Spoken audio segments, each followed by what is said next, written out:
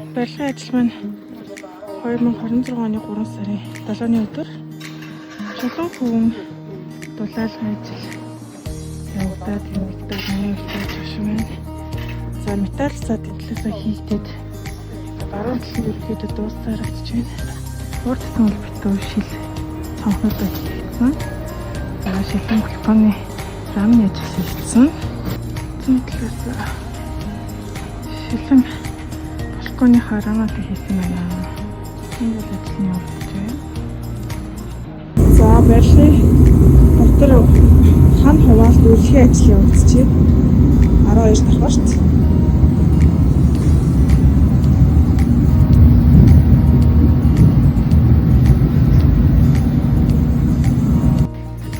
За цахилгааны ажлын үед холбооны самбарууд цахилгааны самбарын ажил хийсэн байна.